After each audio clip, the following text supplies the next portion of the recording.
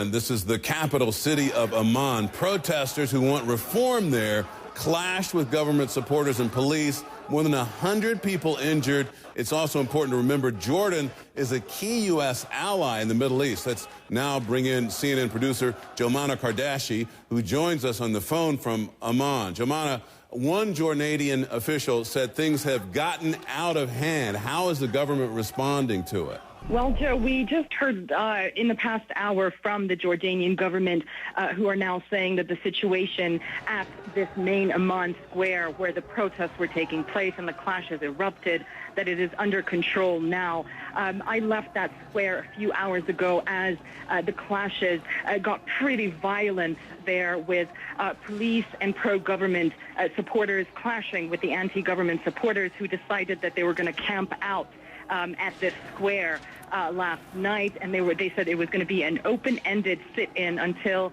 their demands are met.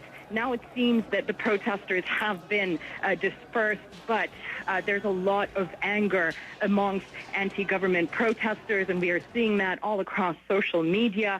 And we're hearing from the government, describing today's events as very sad and unfortunate, and blaming both sides, all parties involved in these clashes for what happened. We can also report that one person is dead. It is not really clear how he died. We're hearing from the government that he died as a result of a heart attack during the clashes, but there are also reports from anti-government protesters saying that he was beaten up, but it's very hard to clarify the reason of his death. Joe? Now, Jomana, can you sort of go back for us and give us some sense as to what it was that triggered all of these events?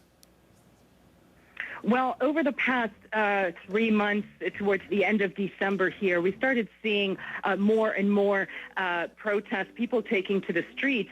And the core issue was the economic situation in Jordan, a hike in prices, an increase in fuel and food, basic food prices.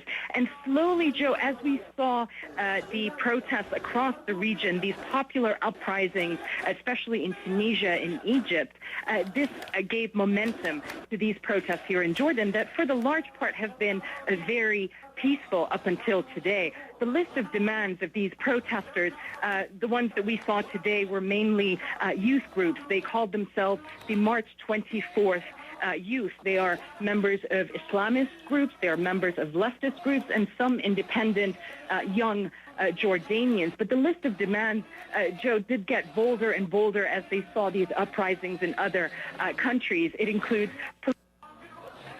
main demands is that they want to curb the absolute powers that the monarch of Jordan, King Abdullah II, has. They want an elected government and basically more democracy in the country.